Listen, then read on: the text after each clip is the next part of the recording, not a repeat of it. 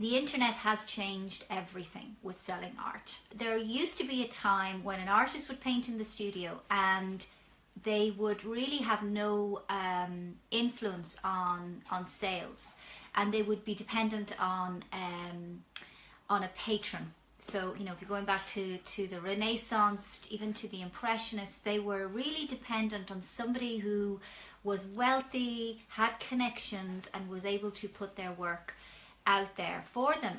That system of the patron system, or of an artist finding somebody who was good at sales, in other words a gallery, really was the only real system for artists to find financial freedom, financial success. Up until very recently, there were very few artists who were able to survive themselves. Really, that becomes a job in itself. And the problem with that is, if you take on the job of being a gallerist, then where's your time for creating? Where's your time for learning your craft and getting better at what you do? Where is your time for feeding your creativity and finding new works? So this is the age-old problem that we still have. So there are two systems, okay? You can be self-representing as an artist, or you can have a gallery and galleries, okay, and have your work either in one or in multiple galleries. One or the other, really, I would argue. And I'll tell you why. So what I want to say is that post-internet, being self-representative, in other words, selling your own work, is absolutely a possibility. And not only a possibility, but many, many artists are doing it successfully, and they're making a living by doing it. Whether that's a part-time living, a full-time living, or a super-duper making a fortune living, it is possible, and there are many artists out there doing it. However, there's no such thing as a free lunch on either side. So the pros of self-representation, I'll just talk about that first, because we're mostly going to talk about galleries here. So I'll just talk about that first of all. Not everybody has the skills to sell their work themselves. Now, if you're selling yourself, you don't have to do it online, but you'd be mad not to. So you could open up a little gallery somewhere and just hope that through word of mouth or publications or press or whatever else you do, that people will come to your gallery. But it really should dovetail with your online presence too. So whenever anybody sees your work anywhere, they should be able to put your name into Google and find you. That is imperative, no matter which system you're in. But if you're only selling your work yourself, then that's absolutely crucial. So as a bottom line, if you're only selling your work yourself, you need a website. Your website needs to say something about you, you know, who you are, what you're about. It needs to show examples of your work. You need to be able to buy your work. The person needs to be able to buy your work. So there's really no point, if you're the only one selling your work, that they can't buy your work online. You know, you're just cutting out a huge market for yourself. And obviously that takes a little bit of skill in setting all of that up as well. The big pro, if you are selling your own work, is that you get 100% of the value of everything that you sell. Now, obviously you're going to have costs in there, and you might have marketing costs and all sorts of other things, but all of the money that you sell your paintings for, you receive. And that's the biggest bonus of being self-representing. You need to have the skills to back up selling it and promoting it for yourself, and the time. And the inclination to be able to want to do it, and all of that time will come out of your painting time, which is a real difficulty.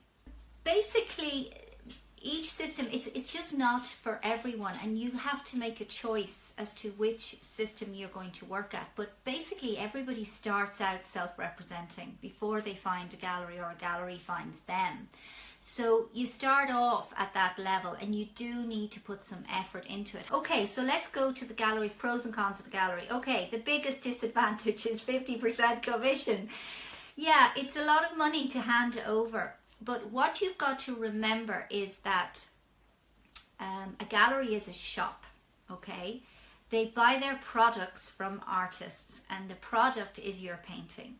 So if you think of any other shop, so they buy the thing, which in this case is your painting, they buy that at wholesale and they sell it at resale, and the difference at retail, and the difference is where they make a living and where they pay their costs from. And a gallery is no different. The gallery has costs. The gallery has to pay rates, they have to pay rent, they have to pay water, they have to pay lighting, they have to promotion, they have staff. They have to pay for all of those things, and their costs come out of their commission. So if the painting is worth €100 to you, the gallery sells it at 200. You don't then half it. You don't say, oh well, my paintings are €100, so you sell them at €100 and I'll take 50. What you do is your price in the gallery goes up, and you might need to do that in increments so that people who are buying your work don't get a terrible shock that it's gone up by 100%. So they get paid for their bit of it, you get paid for your bit of it. So the pros to the gallery system are that they have a reputation. So people who are, this is going to go through them, people who are going to buy art often, just like us, lack confidence. So they walk into a gallery that has a good reputation, and they know that everything in here has the benefit of their reputation. So it's of a certain standard.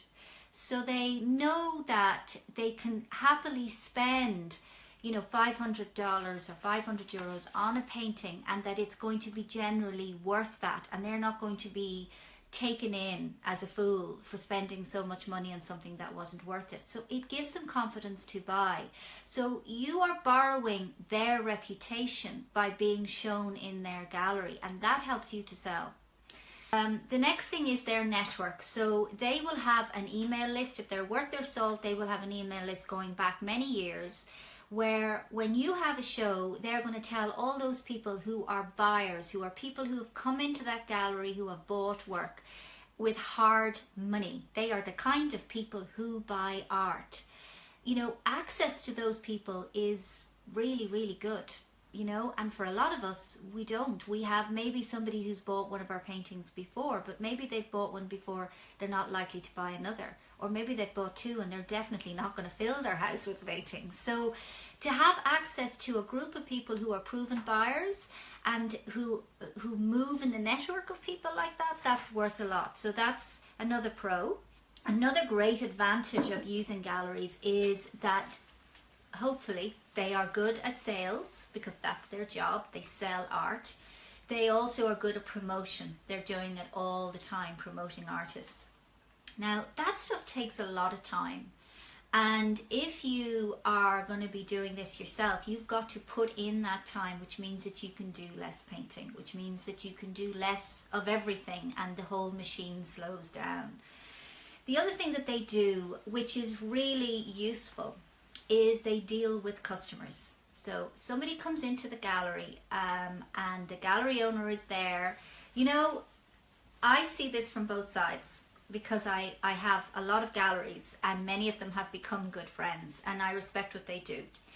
And I kind of stereotype that people have gallery owners, that they do very little, that they're not very good at selling, that they favour one gallery, one artist over another, that, all they do is file their nails behind a glass desk in a gallery space all day long and do very little, and we're really hard working, trying to make a living, But I see the other side of it. I see how hard they work. I see they're putting up a show once a month. They have to negotiate with that artist. They have to get the work in. They are hanging that work, and then they have customers coming in and they're talking to those people and they're establishing relationships. Those people may not buy this time, they might buy in 2 years' time, and they've had 2 years of kind of talking to that person every time they come in. They're answering phone calls. They have people emailing saying, can you send me an image of this painting, or what about that one? They also will bring work out to artists' houses, or not artists, but customers' houses, and hang the paintings on their wall. A lot of gallery owners will go to someone's home and they'll bring a couple of different paintings and hang them and help them to decide what they should buy and when they should buy it, and they might leave it there for a couple of days and then they will come back and they'll hang it for them. And one of the really useful things that they do is a customer decides they see a painting of mine or yours and they really like it, but they, you know, they maybe they want a commission, and they email about that commission. Is it possible? How much for whatever, for this budget, whatever, and you have to negotiate that. It takes a couple of emails, and can we see some images, and you have to send those. Then they come back and they say, yeah, well, could you add a little blue into that, or I didn't really want that house in it and you didn't tell me it was going to have a chair in that corner. I really loved the other chair that was in that other painting and they never told you. You know, there's all of that going on, and it's the gallery's job, if you're with a gallery, to deal with that customer while you are in your studio painting. So they give you a ring. You know, I get a call from my gallery and it says, hi Ro, listen, you know that customer that we've been dealing with, they were wondering if you would do that welly painting in an odd shape.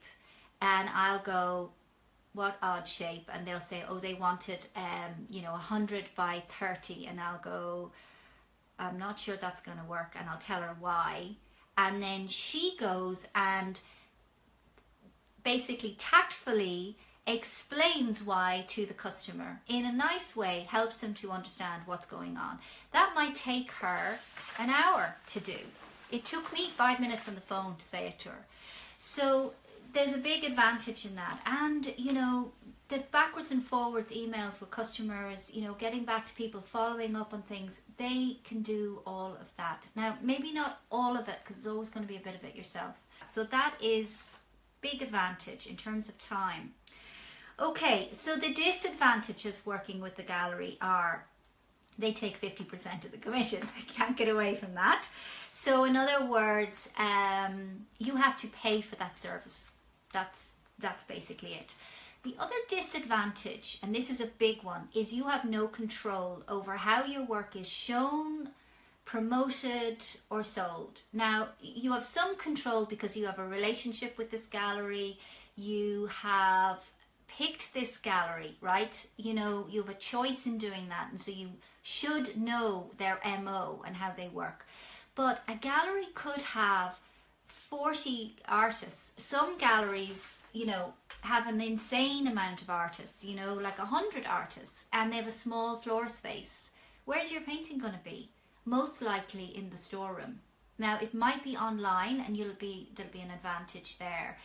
The other thing is they can't have a show for everybody. So will they offer you a show? Will they promote your work?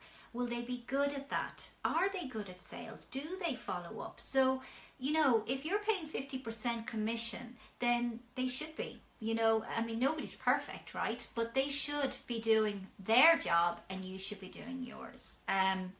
So they should be doing sales and marketing. They should know where your stock is and not lose it. They shouldn't damage it. You know, there are galleries who you give them work and I'll tell you, there are awful stories out there, and I've had them. I gave my work to a gallery up north.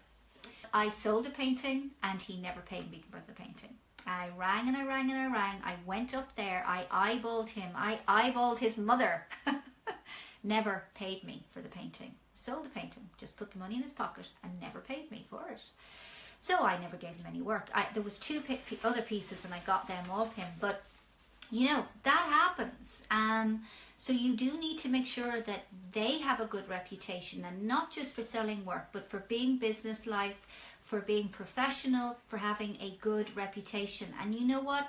Art is a small world. So those are the disadvantages. And a lot of those disadvantages can be figured out in advance by doing your homework. Each gallery is unique. There's no point in me approaching a gallery that sells work at 200 grand. They're not going to look at me. You know what I mean? It's not going to work. It's never going to work. There's no point in me approaching a gallery that only sells sculpture, or a gallery that only sells work that's like $30, €30 in a tourist area, mostly prints and gifts and things. That's not going to work. My work would be too expensive. The gallery needs to be the right fit for you. There's no point in banging your head off a brick wall by approaching galleries who are the wrong fit for you. At a certain point, galleries will become possible for you. Your work must have improved to a level that galleries will see it as something they can sell. You need to be professional enough that they can see that they can work with you. And you need to find the right people, or they need to find you in terms of the gallery. And at that point, you need to figure out the pricing thing, and they will help you with it. But at the very beginning, when you start working with galleries, you can discuss with them that it's okay with them that you sell privately. So you might continue to do your fairs, but you might also be in a small gallery here or a small gallery there. But then when you go up a step, you need to stop selling privately. And the reason for that is that if a gallery is selling your work for, okay, so say in my circumstances, I'm selling my work for anything between sort of, I don't know, 1,500 to 7,000 euros. And in the gallery, they're selling other work of that value.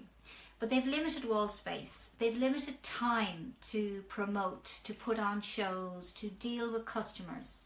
So Mrs. Joe Bloggs walks in the door and they have a big painting of mine up on the wall.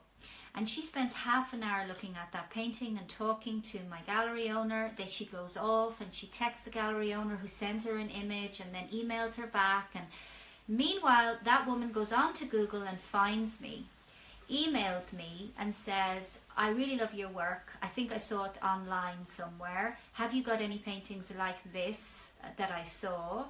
And if I'm not with it, I'll go, oh yeah, I have this one, and this one. And she will be looking for studio prices. So she's looking for the wholesale price instead of the retail price.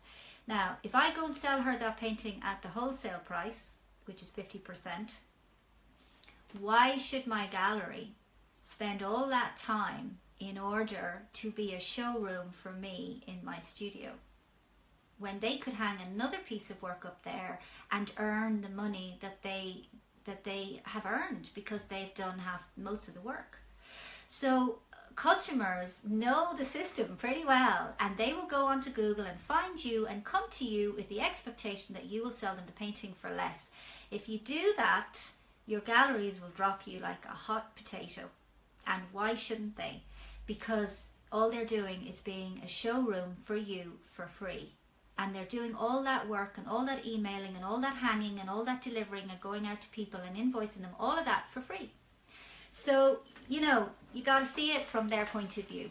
So it goes in stages. You don't have to deal with these things right at the beginning. And once you get over the cusp of really being with a gallery who's doing their job for you well, and you have agreed you will need to go exclusively with the gallery system or exclusively with the self-representation. But there is an overlap, so you don't have to do it immediately, and galleries won't expect you, if you are selling your work in shows and fairs on your own and markets and things like that, and they come to you and say, would you like to put some pieces in my gallery, they won't expect you to drop everything else immediately. So it goes in stages. Okay, so I can't judge for you which is the right system for you. Basically, each system, it's just not for everyone, and you have to make a choice as to which system you're going to work at. But